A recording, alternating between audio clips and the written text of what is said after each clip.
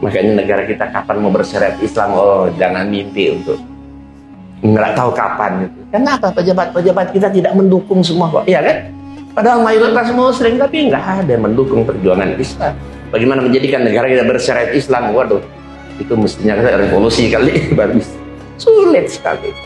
Negara kita hanya bisa aman, tentram, adil, makmur kecuali satu diterapkan, syariat Islam, ya kan? Selama itu nggak mungkin, mustahil.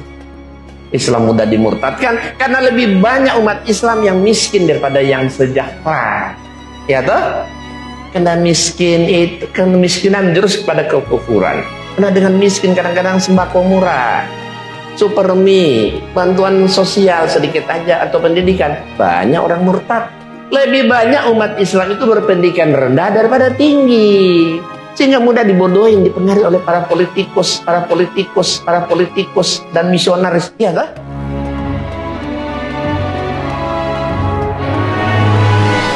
Masalah solawat pada Nabi, jangan lupa solawat itu senjata ampuh orang Kristen. Apa katanya? Nabi Muhammad masih dikubur, ya kan? Belum selamat. Makanya beliau minta kirimin sholawat. Nah, kalau nabinya belum selamat, apalagi kita katanya. Tapi Yesus sudah di surga. Doain mereka masuk surga. Siapin kapling di surga bahkan. Ya orang awam iya ya. Ya kan sebenarnya banyak yang murtad.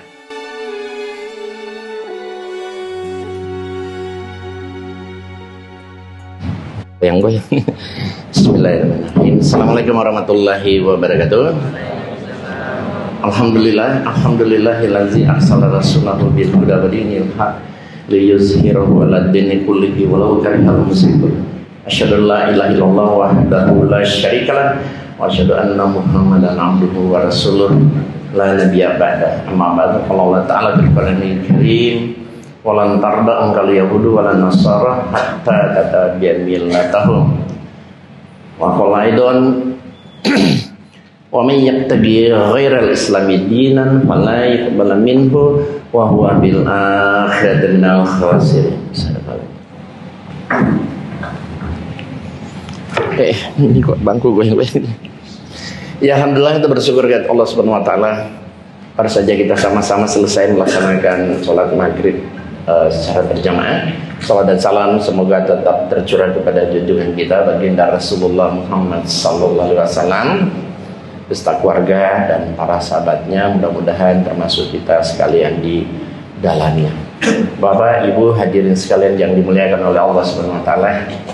Maaf nggak bisa nyebutin namanya karena belum kenal dan nggak hafal. Pertama-tama saya ucapkan terima kasih kepada Saibul Bait dan ketua panitia yang telah mendatangkan kami sehingga pada malam hari ini kita bisa bertemu dan bertatap muka langsung di tempat ini. Malam hari ini merupakan yang pertama kali saya datang dan menginjakkan kaki di masjid ini. Ya sebenarnya perlu sedikit taruh, tapi karena tidak pakai infocus, biasa pakai infocus, jadi bisa dibaca latar belakang saya. Ya, tapi secara singkat aja, dulunya saya misionaris, dulunya saya itu penginjil, dulunya saya Kristen, ya. Tapi alhamdulillah diberi hidayah oleh Allah Subhanahu wa taala dan saya akhirnya memeluk Islam dan sekarang malah jadi juru dakwah khusus kepada orang-orang non muslim gitu. Nah, tema malam hari ini saya mengangkat satu tema yang berjudul kristenisasi dan pemurtadan. Nah, kenapa tema ini sengaja saya angkat? Karena dewasa ini pemurtadan atau kristenisasi yang terjadi di Indonesia itu sudah sungguh amat sangat meresahkan sekali. Bahkan kristenisasi paling berhasil di dunia itu justru terjadi di Indonesia yang mayoritas muslim. Berbicara tentang kristenisasi atau pemurtadan, ini sebenarnya bukan barang baru, bukan sesuatu yang baru terjadi di abad sekarang. Tapi kristenisasi sudah ada semenjak adanya Quran itu. Allah sudah ingatkan kan, sebagaimana yang kami bacakan tadi kan, walantar angkal Yahudi wala Nasara hatta tattabi'a millatahum. Orang Yahudi dan Nasrani tidak akan pernah ridho sebelum mengikuti milah atau agama mereka. Jadi kristenisasi ini sebenarnya sudah menjadi semacam sunatullah, artinya sesuatu yang memang mesti terjadi. Orang Islam kalau murtad pindah agama, kira-kira masuk agama apa? Masuk agama apa? 99, sekian persen pasti masuk Kristen. Hampir tidak pernah kita melihat atau mendengar ada orang Islam murtad masuk Yahudi, Buddha, Hindu, Konfutse. Kalau ada bisa dihitung sama jari. Asal murtad hampir pasti masuk Kristen. Oleh sebab itu kristenisasi ini mau tak mau, suka nggak suka, harus dihadapi. Nah, menghadapinya gimana? Apa dengan power? Tidak, harus dengan ilmu. Nah, ilmu ini yang saya ajarkan di mana-mana. Ada lagi pertanyaan, ya.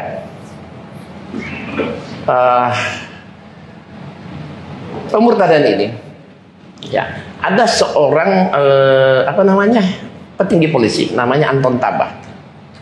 Ketika dia pensiun, dia masuk jamaah tabligh, dia keliling-keliling Indonesia. Apa kata beliau? Tahun 1950 Indonesia 99% Muslim. Pada era kejatuhan Pak Harto tahun 98 berkurang 10%. Muslim di Indonesia tinggal 89%. Nah, di era reformasi saat ini kata beliau, Muslim di Indonesia tinggal 73%. Kata beliau. Nah, banyak orang nggak percaya. Banyak kata orang nggak percaya. Masa iya? Buktinya kita lihat majelis taklim bermunculan di mana-mana, hijaber bermunculan di mana-mana. Ya betul. Karena yang mereka nilai, mereka lihat itu adalah umat Islam di perkotaan. Sementara kristenisasi ini terjadi di pedalaman, di pedesaan. Belum lama ini saya dakwah di Salatiga. Itu berapa hari saya dakwah keliling Salatiga, Solo dan sebagainya. Ketika saya dakwah, saya dikawal polisi, dikawal FPI. Kenapa kok saya dikawal? Oh, rupanya saya disuruh ceramah di daerah-daerah yang dulu mayoritas Muslim, 90% Muslim, sekarang menjadi 75% Kristen. Jadi dulu Kristen cuma 10%, sekarang jadi 75%. Jadi mayoritas malah Kristen. Pantasan saya dikawal di mana-mana. Begitu selesai saya ceramah, datang beberapa orang ke saya, Pak, di kampung saya itu, ya, di kampung Butuh Kidul, Kecamatan Tengaran, Kabupaten Semarang, dia bilang tinggal 4 kakak yang Muslim. Di Gunung Merbabu, Surojadi, Wonolelo, Kecamatan Sawangan, tinggal 7 kakak yang Muslim. Bahkan orang itu yang datang ke depan saya, dia bilang apa? Saya tinggal di Kampung Duku, Kabupaten Magelang. Tinggal saya sendiri, tinggal keluarga saya sendiri yang Muslim. Semua sudah masuk Kristen. Itu pun saya mau dikasih uang 20 juta. Kalau saya ambil, udah selesai, habis semua. Di Jawa Barat, ada namanya Desa Kertajaya. Sekitar 350 orang murtad. Di Sindang Jaya, 1185 murtad. Di Sindang Sari 1050 yang murtad. Jadi jumlah di 3 desa itu 2000, sekitar 2500 sudah pindah ke Kristen. Desa Cikembar sampai Gunung Halu, Jawa Barat, ini suku Sunda ini, semua sudah masuk Kristen. Ya. Desa Peniwan, Jawa Malang Selatan, dulu 100% Muslim, sekarang 100% Kristen Jawi Wetan. Di Solo itu tengah kota, namanya ada satu kampung namanya Kampung Jebres. Ya. Di Kampung Jebres ini ada 11 RT, 2 RT dulu 100% Kristen, Muslim, sekarang sudah jadi 100% Kristen. Nah, ini baru beberapa contoh kristenisasi yang terjadi di Indonesia. Sementara kristenisasi terjadi di seluruh Indonesia. Itu baru contoh sedikit. Luar biasa pemurtadan yang terjadi di Indonesia ini. Ya. Nah, hadirin, rencana umat Kristen tahun 2030 Indonesia 50-50 gitu. 2030. Sekarang kan baru 2017, berarti 13 tahun akan datang. Ya mungkin saja tidak tercapai 50-50-nya, tapi jangan-jangan ya 70 sekian persen menurun tinggal 60-an persen, kita merosot terus. Dia populasi dia naik, kita turun terus. Apa yang terjadi kalau sampai terjadi 50-50? Lihat di Ambon kita terbantai, Poso kita terbantai, Tolikara sedang sholat Id kita diserang, bahkan dibubarin, bahkan masjid kita dibakar. Kenapa? Karena mereka mayoritas. Jadi di mana banyak mayoritas non Muslim, nggak ada toleransi. Tapi giliran mereka minoritas seperti di sini, harus rukun damai toleransi kata. Giliran mereka mayoritas, tidak ada.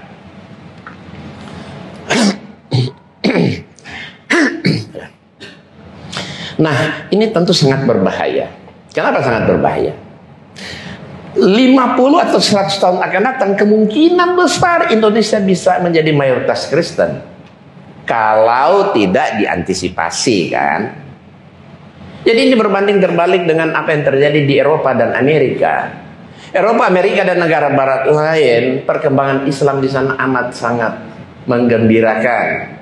Jadi bisa saja 50-100 tahun akan datang, Eropa, Amerika, negara barat lain menjadi mayoritas Muslim, tapi Indonesia menjadi mayoritas Kristen. Kira-kira apa yang terjadi kalau sampai mereka mayoritas? Apa yang terjadi kalau mereka jadi mayoritas? Ya. Jangan-jangan nasib anak kita sudah mati. 50-100 tahun akan datang kita semua sudah mati. Tapi bagaimana nasib anak cucu generasi kita? Ya kan? Mereka yang akan merasakan dampaknya. Kasihan banget masa depan anak cucu kita. Kalau sampai mereka mayoritas, jangan-jangan lebih parah yang terjadi di Myanmar. Jangan-jangan seperti itu, kan? Maka kita perlu antisipasi. Kita perlu bentengi umat Islam ini dari pemurtadan. Maka saya dapat tugas di KNAP, Komisi Nasional Anti Pemurtadan, keliling seluruh Indonesia. Memberikan apa? Memberikan kajian Kristologi ini bagaimana membentengi umat dari pemurtadan. Jadi saya akan kunjungi semua provinsi di Indonesia. Baru dapat 2 provinsi. Kemarin di Bandung, kemudian di Sulawesi Utara. Nanti besok lagi ke tempat-tempat lain. Jadi yang ikut daurah saya itu umumnya dai-dai muda, aktivis dakwah gitu. Jadi saya akan ajarkan bagaimana cara menghadapi mereka. Saya akan ajarkan bagaimana cara cepat melunturkan iman orang Kristen, supaya mereka tertarik mau masuk Islam. Ya, saya memang spesialisasi di bidang itu, mengajarkan cara kilat melunturkan iman orang Kristen. Itu saya ajarkan di mana-mana di seluruh Indonesia. Kan saya bilang sama Pak Iskandar, nanti kumpul jemaah di sini, siapa yang mau didata, nanti saya datang terus ajari. Cukup 2 hari saya ajari, insya Allah kita bisa kalahkan orang Kristen siapapun dimanapun, kapanpun, insya Allah bisa. Nah, hadirin sekalian, kenapa umat Islam itu mudah dimurtadkan? Nah ini kan, mengapa umat Islam itu banyak atau mudah dimurtadkan? Pertama, ini secara umum ya. Kalau secara umum itu kebanyakan karena umat Islam tidak mau menjadikan Quran sebagai buku petunjuk. Bayangkan aja, Al-Quran Allah turunkan pada bulan Ramadan, bulan yang sangat istimewa, di malam Lailatul Qadar, dikawal malaikat. Betul kan? Untuk apa dijadikan petunjuk dan pembeda antara hak dan batil bagi kita manusia? Tapi berapa persen umat Islam yang mau menjadikan Quran sebagai petunjuk? Sangat sedikit sekali. Kemudian, kenapa sih banyak umat Islam mudah dimurtadkan? Ya, pertama, karena lebih banyak umat Islam itu awam daripada paham. Benar nggak kira-kira? Lebih banyak umat Islam awam tentang Islam daripada paham. Awam ini terkesan seolah-olah ini ya orang di pedesaan pedalaman. Ya betul, memang mereka awam. Tapi mereka itu awam wawasan. Ya toh? Tapi jangan lupa, anak-anak di kampung pedesaan mereka itu ngaji di surau, di musola. Ya kan? Mereka tuh bisa baca Quran loh. Ya toh? Cuma wawasan mereka memang betul sempit. Karena mereka membaca Quran hanya sekedar dibaca, dilakukan, tidak pernah mau tahu artinya. Wawasannya sempit. Sehingga mudah dipengaruhi, dimurtadkan. Tapi awam yang paling berbahaya justru awam orang di perkotaan, di parlemen, di pemerintahan, yang punya titel S1, S2, S3. Justru awam mereka ini justru yang lebih berbahaya. Contoh, ada orang nomor 1 di negara kita, nggak usah sebut namanya, baca la haula wala quwata illa billah aja nggak bisa, salah melulu. Iya toh? Bukan kayak itu awam. Kasih Quran, bisa baca nggak kira-kira? Itu mustahil. Itu orang-orang mentok. Ada lagi orang nomor 1, dulunya nomor 1 tapi perempuan. Baca apa? Allah SWT atau Rasulullah SAW itu nggak bisa-bisa itu. Ya kan? Allah subhanahu wa ta'ala. Nggak bisa. Bukan kayak itu awam, ya kan? Kira-kira dikasih Quran bisa baca nggak? Oh mustahil. Awam itu. Padahal ini orang-orang luar biasa, mentok-mentok. Ada juga profesor, doktor, anggota DPR, it's me juga. Perempuan tadinya. Jadi penasihat Kanjeng Dimas yang untuk perbanyak uang itu kan? Ya Pak. Profesor, doktor, haji kan? Itu. Marwah siapa? Daud. Iya kan? Penasihat Kanjeng Dimas. Berarti dia awam juga kan? Ada lagi. Dulu ada menteri ya, menteri pendidikan zaman Pak Harto dulu. Dia datang ke salah satu pesantren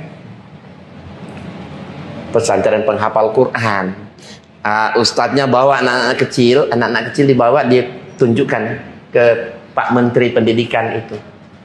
Titelnya apa? Profesor Doktor. Pak Menteri, anak-anak saya ini sudah hafal 30 juz.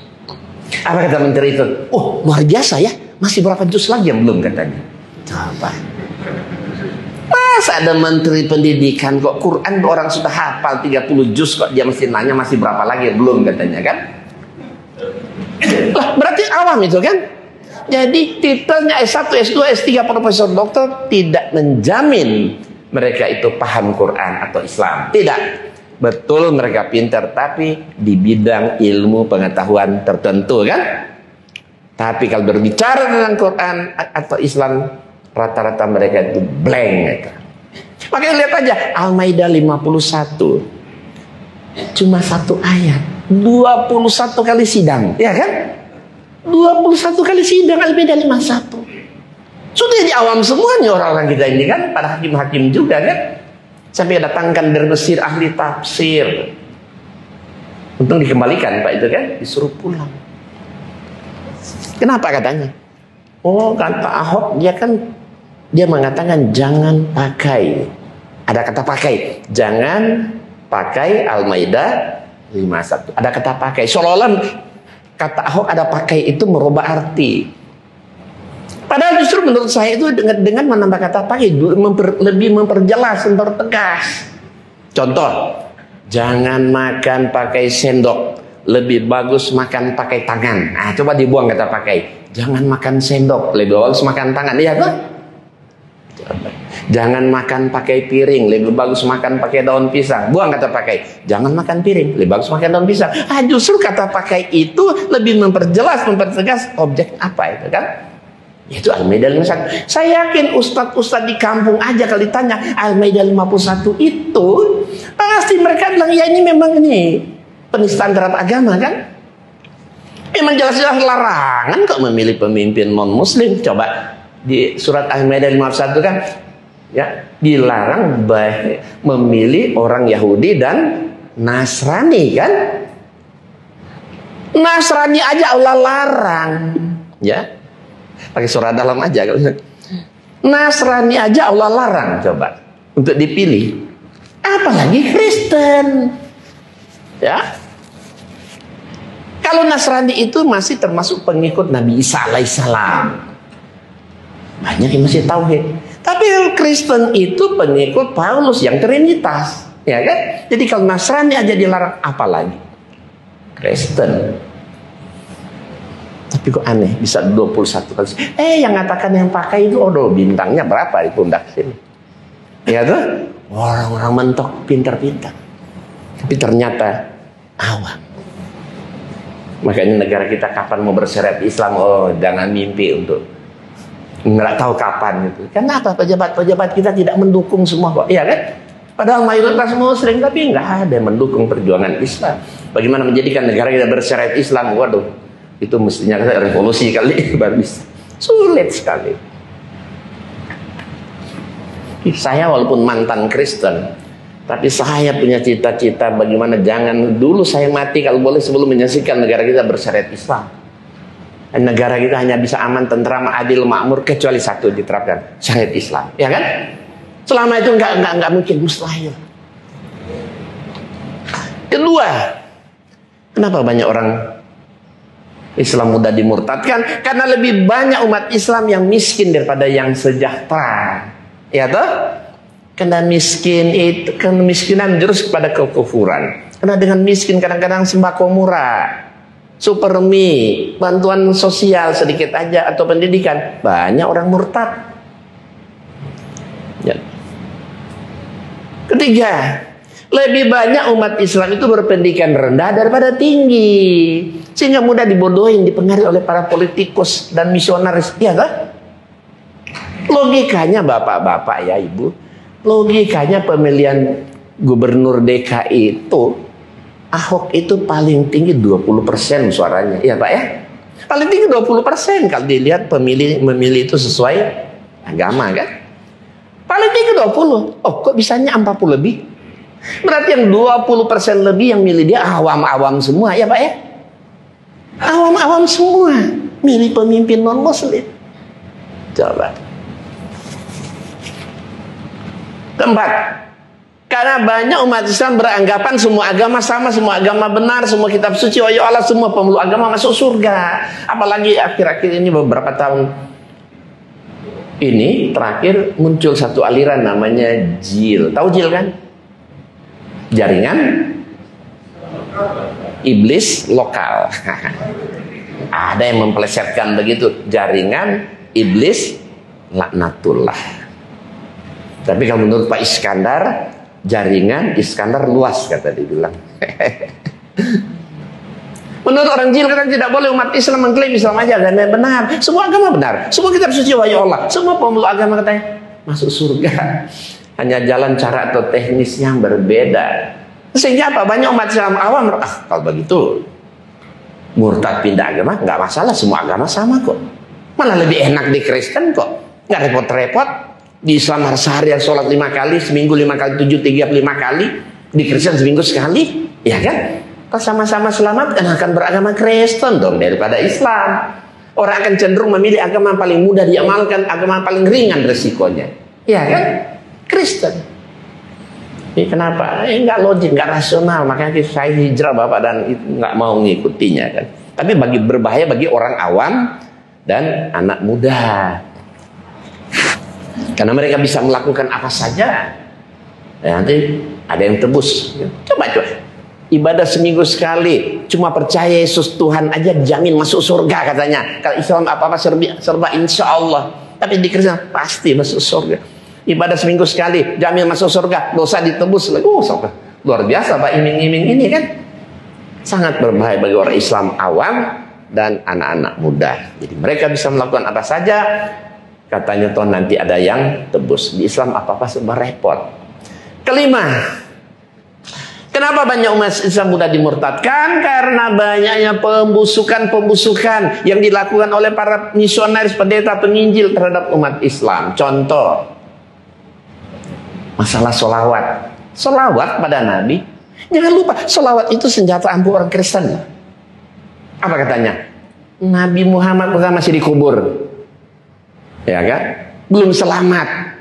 Makanya beliau minta kirimin solawat. Nah, kalau nabinya belum selamat, apalagi kita katanya. Tapi Yesus sudah di surga. Doain mereka masuk surga. Siapin kapling di surga bahkan. Ya orang awam iya ya. Ya kan, sebenarnya banyak yang murtad. Kenapa? Karena mereka nggak paham makna apa arti makna bersalawat. Ya kan? Kedua, poligami. Seolah-olah poligami itu ajaran Rasulullah yang melecehkan kaum wanita gitu kan. Ini opini sudah mendunia masalah itu. Padahal mereka lupa poligami itu bukan ajaran Rasulullah. Poligami itu sudah ada, sudah dipraktekkan oleh orang terdahulu sebelum Rasulullah hidup. Di perjanjian lama kitab suci orang Kristen, orang berpoligami nggak ada batas. Nabi Daud punya banyak istri, banyak selir. Nabi Abraham atau Ibrahim punya banyak istri, banyak selir. Nabi Salomo, Sulaiman kita. Nabi Salomo punya istri 700, gundik 300. Coba 1000 Nabi istri Nabi Salomo punya istri. Bahkan dia lebih cinta pada istrinya daripada Tuhan. Coba. Makanya dengan tidak ada batasannya. Maka dengan kedatangan Rasulullah SAW dibatasi paling banyak 4. Tapi kalau nggak bisa berbuat adil, ya 1. Jadi poligami itu bukan wajib, bukan. Itu solusi aja untuk mengatasi kelebihan wanita. Kalau poligami itu wajib, oh banyak sekali bapak-bapak ini berdosa semua. Istrinya cuma 1 mampu, ya Pak ya. Dosa kita banyak sekali berdosa. Kenapa bukan wajib solusi?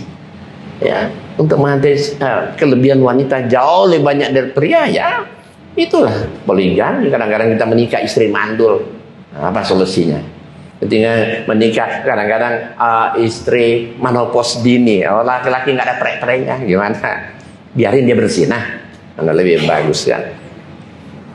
Atau wanita istri kita kena penyakit kelamin, dokter melarang macam-macam. Ya, pasalnya poligami. Nanti dibaca dalam buku saya ini. Ini buku saya yang kelihatan sepele loh, abu-abu ini. Ini buku saya yang ke-53. Tulisan saya ke-53. Ini saya jelaskan tentang apa hikmah di balik poligami. Justru poligami itu mengangkat harkat wanita. Terus saya ibu-ibu kita kalau cerita poligami benci banget. Itu nggak boleh. Saya bilang jangan benci poligami. Kalau benci poligami itu berarti membenci firman Allah atau Al-Quran. Allah nggak pernah salah. Yang salah suami-suami ibu. Orang laki yang salah. Ya toh? Jangan Quran disalahin. Jangan firman Allah disalahin. Ada hikmah di balik. Apa sih hikmah di balik poligami? Oh, nanti dijelaskan dari buku ini. Bagaimana menjawab tentang sholawat kepada Nabi? Belum lagi leluhur Nabi Muhammad. Teroris. Kita selalu dituduh teroris. Ya, Islam identik dengan teroris. Kalau mereka ajaran kasih. Bagaimana menjawabnya itu? Nanti dilihat di dalam buku ini. Teroris itu bukan ajaran Islam. Nggak ada satu ayat pun dalam Quran menyuruh melakukan terorisme. Tidak ada. Ada betul ayat di Quran boleh membunuh, tapi terhadap orang kafir, dan itu pun apabila bertemu di medan perang, ya kan? Bukan asal bunuh. Teroris itu sebenarnya mereka. Lihat perang dunia kedua, pertama, kedua, berapa puluh juta orang mati. Pelakunya apa? Semua palang di Bosnia, Irak, Palestina, Gaza, di mana semua. Coba. Yang pelaku-pelakunya orang non-muslim semua yang membunuh orang Islam. Ya Pak ya. Bom atom dijatuhkan di Hiroshima tahun 45. 40 berapa itu ya? 45. 200.000 mati sekaligus orang Jepang. Yang jatuhin bom itu Amerika. Amerika agamanya apa ya? Palang ya Pak ya. Pernah nggak disebut teroris? Enggak. Di Makassar, Sulawesi Selatan. Westerling. Nah, kalau Bapak tua-tua tahu nih kisah. Westerling itu orang Belanda, tentara Belanda. Dikumpul orang Islam di lapangan, ditembak mati ternyata. Bukan mau dikasih hadiah atau mau diceramai, ditembak mati sekali mati 40.000. Pernah nggak mereka Western dicap teroris? Kagak pernah. Kita aja baru terduga dikepung, kabur, ditembak mati. Padahal belum tentu terbukti, Pak ya. Terus apa? Televisi setiap hari semua stasiun televisi menyiarkan, oh ini teroris orang Islam dan sebagainya. Ya Pak ya. Pencitraan terhadap Islam selalu diburuk-buruk. Ini semua ada misi kristenisasi semua untuk menjelekkan Islam di mata dunia. Kemudian yang ketujuh, kenapa banyak umat Islam mudah dimurtadkan? Karena sebagian besar umat Islam membaca Al-Quran hanya sekedar dibaca, dilakukan, tidak pernah mau tahu artinya. Apalagi di pedesaan pedalaman, Pak. Saya sering ke pedesaan pedalaman. Jarang sekali orang Islam punya Quran terjemah, Pak. Bahkan kadang-kadang ustadz-ustadz di pedalaman bilang apa? Jangan kamu baca Quran terjemah, nanti kamu bisa tersesat, ya kan? Ya bagaimana kita umat Islam mau paham kandungan Quran kalau dibaca tidak dimengerti.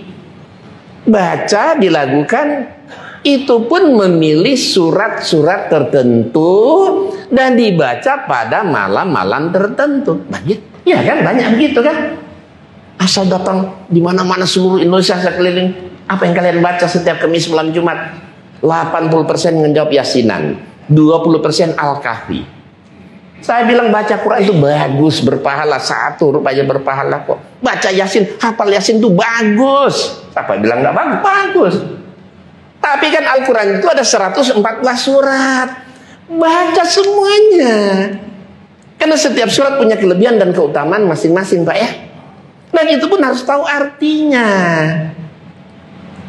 Bagaimana kita mengamalkan perintah Allah kalau kita baca tanpa tahu artinya? Itu kan mustahil kan? Ketika kita baca ayat Quran, beramal soleh, berbuat ini, kata Allah akan kumasukkan ke dalam surga mengalir sungai-sungai di bawahnya. Nggak happy, nggak bahagia, nggak enjoy, nggak senang. Apa? Kagak ngerti yang dibaca. Baca ayat Quran, kalau kita berbuat ini dosa akan dimasukkan ke neraka jahanam. Nggak takut, nggak ciut, nggak gentar. Kenapa? Kagak ngerti yang dibaca. Cuma dibaca doang. Makanya kalau ingin terjadi perubahan dalam hidup dan penghidupan, baca Quran, rubah sistem. Baca, pahami artinya, amalkan. Membaca berpahala, mengerti lebih gede pahalanya Pak kan? Mengamalkan jauh lebih besar. Mustahil orang bisa mengamalkan perintah Allah kalau tidak membaca Quran, tidak paham artinya. Saya kasih contoh. Oke lah, katakan 2 buku ini. Dengar ya. Bukna totok bi mo pirah. Mo antok bi intau babutaan tu muot ko isilam no baca kom bukna. Ogian ko kay nimo. Akan memangoy mo gamak ton tani ko naa. Igay. Wah, kok diam? Kok diam semua? Kenapa? Kenapa diam? Kagak ngerti. Ya karena saya pakai bahasa kampung saya. Kalau saya pakai bahasa Manado, banyak orang tahu karena mirip bahasa Indonesia, bahasa Manado. Ini bahasa kampung. Kenapa nggak ngerti Kak? Ya, bengong diam karena tidak mengerti. Padahal tawaran saya sangat menggiurkan. Nggak ada reaksi. Sama saja kita baca Quran. Quran itu bukan bahasa kita. Kalau kita baca doang tanpa dimengerti, apa bedanya dengan tadi? Ya Pak kagak ada bedanya.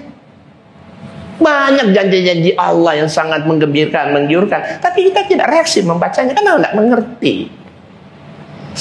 Tawaran Allah itu banyak yang menggiurkan. Sama juga tadi, tawaran saya menggiurkan juga tadi. Lihat, saya terjemahkan ya. Saya terjemahkan apa yang saya baca tadi. Buku, cepat-cepat dia dapat ya. Buku ini sangat bagus sekali. Banyak orang Kristen dapat hidayah masuk Islam gara-gara baca buku ini. Aku berikan gratis.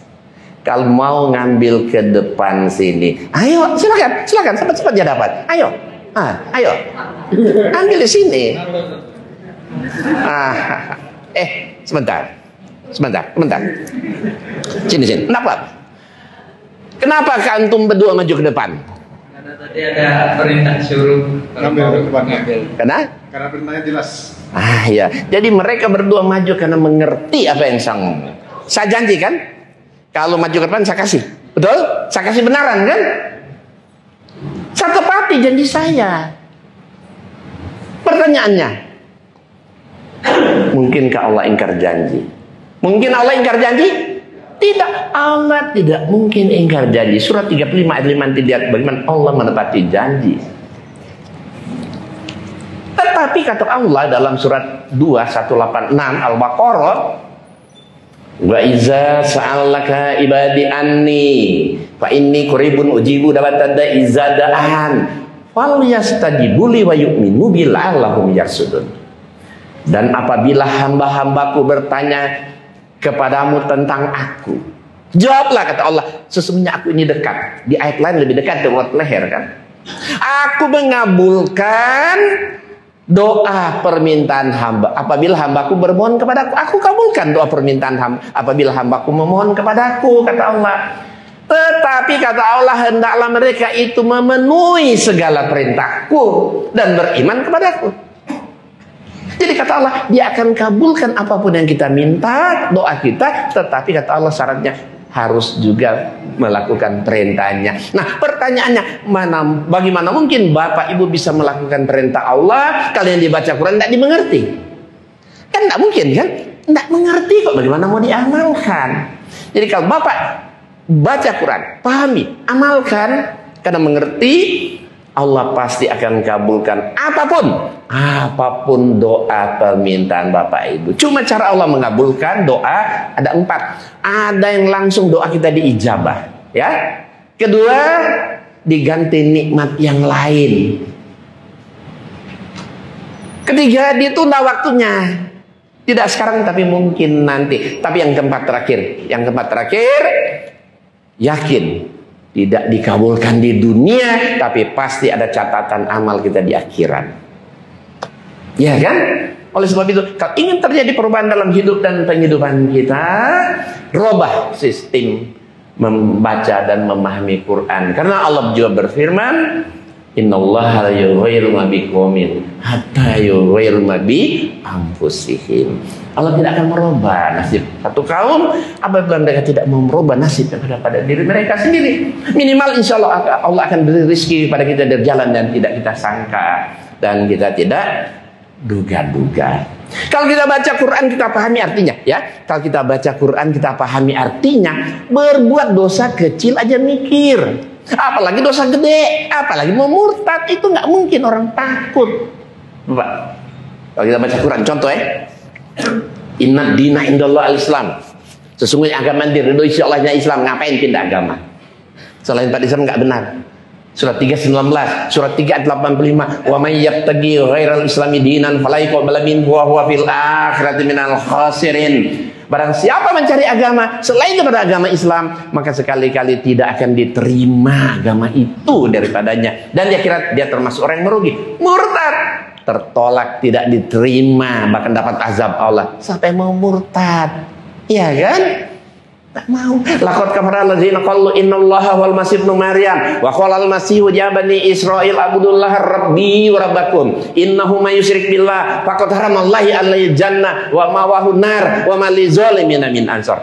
Sungguh kafir orang-orang mengatakan bahwasanya Allah adalah Al-Masih putra Maryam. Maka pindah masuk Kristen menuhankan Yesus, Allah cap kafir. Wa qolal masih, padahal Yesus berkata, ya bani Israil abudullah rabbi wa rabbakum. Kata Yesus berkata, hai bani Israel, sembahlah Allah Tuhanku dan Tuhan. Berarti Allah itu Tuhan dia, Tuhan kita. Kan Yesus tidak mengatakan aku ini Allah. Sembahlah Allah Tuhanku dan Tuhan. Wa may yusyrik billah, kata Yesus atau Isa, barang siapa mempersekutukan Allah, faqad haramallahi alaihi jannah, pasti Allah haramkan surga, wa mawahu nar, tempatnya di mana? Di neraka. Wa mali zolimina min ansar, ya dapat orang zolim. Murtad dicap kafir, kata Yesus harus masuk surga, jamin masuk neraka. Ngapain murtad? Ya kan? Tapi kenapa banyak yang murtad? Karena nggak paham Quran. Kalaupun dibaca hanya sekedar dibaca, dilakukan, tidak pernah mau tahu artinya. Nah, oleh sebab itu hadir ini, karena waktunya sudah mau masuk waktu Isya, kita ini sudah tua. Kemungkinan murtad tipis. Bukan tidak bisa, tipis. Tapi anak cucu kita perlu kita benteng, ya kan? Minimal kita punya anak, yang tua-tua punya cucu juga. Nah, maka saya tulis buku ini. Ini buku namanya Selamatkan Anak Cucu Kita dari Pemurtadan. Saya bikin berwarna. Komik full color, tapi ini komik dakwah, bukan ngalor ngidul. Ya, insya Allah kalau anak cucu kita baca, mereka nggak bakal murtad, bahkan bisa narik teman-teman yang Kristen. Tapi saya anjurkan orang tua dulu baca baru kasih ke anak, karena ini ada ilmu pengetahuan yang amat sangat mendasar. Perbedaan Islam Kristen yang harus kita ketahui. Nah, buku saya ini tidak dijual di toko buku manapun. Tidak dijual toko buku manapun. Ini pun tinggal sedikit ada di mobil. Saya bawa berapa ratus, tinggal berapa 10 apa 20 biji kali. Nanti yang berminat silakan ya. Karena buku saya tidak dijual toko buku manapun. Setelah kita baca, jangan disimpan, mubazir, berikan kepada mereka. Minimal kita punya teman, kenalan, tetangga non muslim, berikan kepada mereka. Dengan membaca buku saya, mereka akan tahu, oh ternyata agama mereka itu bermasalah. Tapi minimal mereka tahu Islam itu benar. Soal hidayah itu urusan Allah. Kalau Allah ingin menghidayah, insya Allah mereka masuk Islam. Ya, ini sudah waktu saya. Saya ingin berpanjang-panjang karena saya biasa berbicara tuh non-stop dari pagi sampai sore, Pak. Cuma istirahat, makan, sholat. Karena saya kan trainer khusus mendaura orang-orang, para dai, para ustadz, para aktivis dakwah. Bicara harus panjang, pagi sampai sore, istirahat, makan, sholat. Ini cuma dibatasi 20 menit. Makanya saya harus ngomong ngebut. Itu pun dipotong-potong. Sekarang ditambah 1 menit, 2 menit.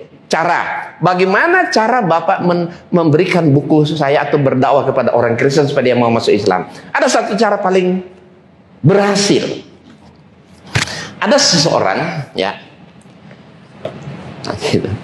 Ada seseorang, dia bilang, Pak Insan, ngapain repot-repot mengajak non muslim masuk Islam? Ini orang Islam aja banyak, ngapain repot-repot? Kan lakum dinukum waliyadin.